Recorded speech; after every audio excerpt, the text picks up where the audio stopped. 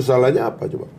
Oke, sekarang gini, karena tadi kalau saya katakan endorsement dari Pak Jokowi, ada yang sebagian pihak menilai ini merugikan Pak Prabowo karena secara figur Pak Prabowo sudah kuat, tapi justru karena kehadiran Gibran di sana yang kemudian menjadi celah untuk orang menyerang Pak Prabowo. Anda melihat itu nggak?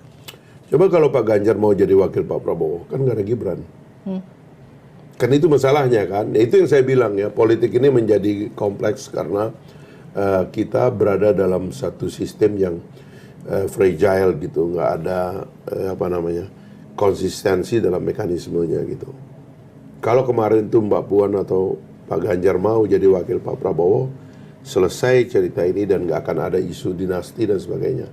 Kami sendiri di koalisi tahu betul bahwa munculnya Gibran tuh bukan desain awal.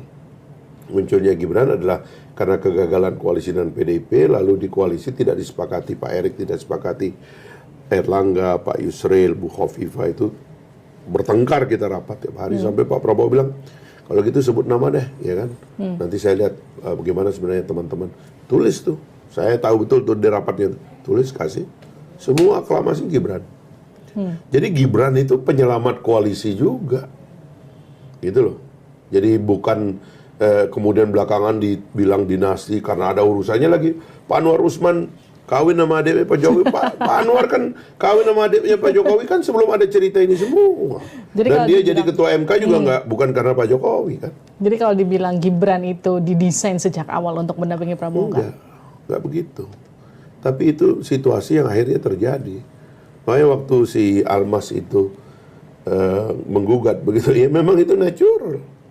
Karena nggak ada transaksi keuangan apapun dengan Mas Gibran dan dengan TKN, nggak ada. Itu memang natural, ada orang melakukan gugatan, ada anak muda yang mengajukan tambahan gugatan.